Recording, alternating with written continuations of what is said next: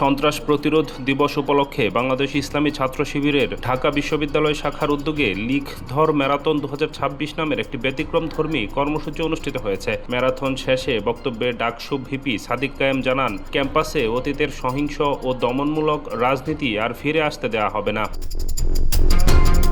শুক্রবার সকাল 6টায় ঢাকা বিশ্ববিদ্যালয় এলাকার বিভিন্ন সড়ক প্রদক্ষিণ করে ম্যারাথনটি অনুষ্ঠিত হয়। এতে অংশ নেন ডাকসু ভিপি সাদিক কায়েম সহ ঢাকা বিশ্ববিদ্যালয় ছাত্র শিবিরের শীর্ষ নেতারা।